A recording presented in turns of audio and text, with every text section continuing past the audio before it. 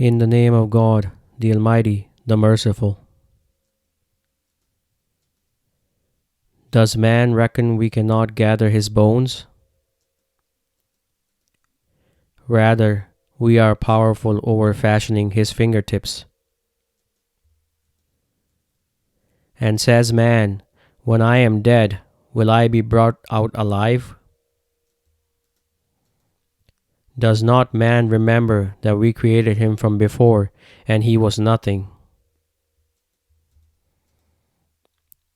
Do they not see that God, who created the skies and the land, and did not tire by their creation, is powerful over giving life to the dead? Verily, he is over all things powerful. Does man not see that we created him from a sperm drop? So then is he a clear arguer. And he struck for us an example, and forgets his own creation, says he, who gives life to the bones, and they are decayed. Say, he gives them life who produced them the first time, and he of all creation is knowing. Have they not seen that God, who created the skies and the land, is powerful over creating similar to them? And he has appointed for them a term, no doubt in it. So the oppressors scorn, accept rejection. And say they, when we are bones and crushed, will we be raised up a new creation? Or a creation which is great in your breasts? So will they say, who brings us back? Say, he who originated you the first time. Then will they shake their heads at thee and say, when is it? Say, it may be that it is near. A day he calls you, so you will respond with his praise and think you stayed except a little. Were we tired by the first creation? Rather, they are in confusion of a new creation. Said they, when we are dead and are dust and bones, will we be raised up? We have been promised, us and our fathers, this from before. This is only the tales of the formers.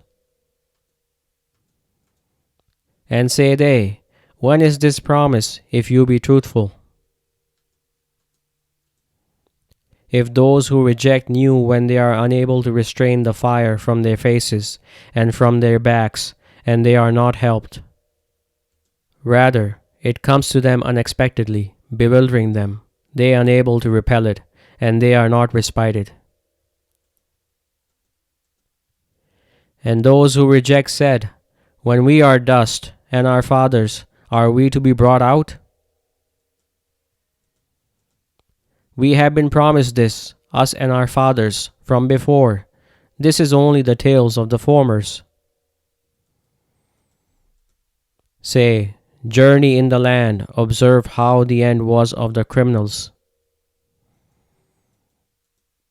And say they, when is this promise, if you are truthful?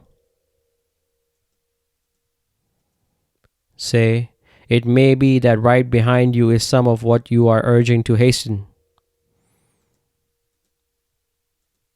So be thou patient, God's promise is true, and let not incite thee to treat rightly those who are not certain. Rather, the hour is their appointment, and the hour is more disastrous and bitter. And say they, when is this promise, if you be truthful? Say, the knowledge is only with God, and I am only a clear warner. So, when they see it close, grieved will be the faces of those who reject it, and it will be said, this is what you were demanding. And the trumpet will be blown. That is the day of threat. You are only promised truthfully. and the fate will befall.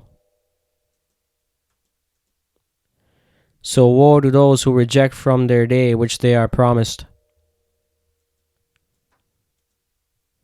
So leave them to talk vainly and play until they meet their day which they are promised. A day when they come out from their graves quickly, like they were hastening to an altar. Their eyes lowered, humiliation overtaking them. That is the day which they were promised. And they have sworn by God their strongest oaths. God will not raise up whoso dies. Rather, a promise upon him in truth, but the majority of mankind know not. So that he make clear to them that wherein they were in opposition, and that those who reject would know that they were liars. Our saying to anything when we intend it, it is only that we say to it, be, and it is.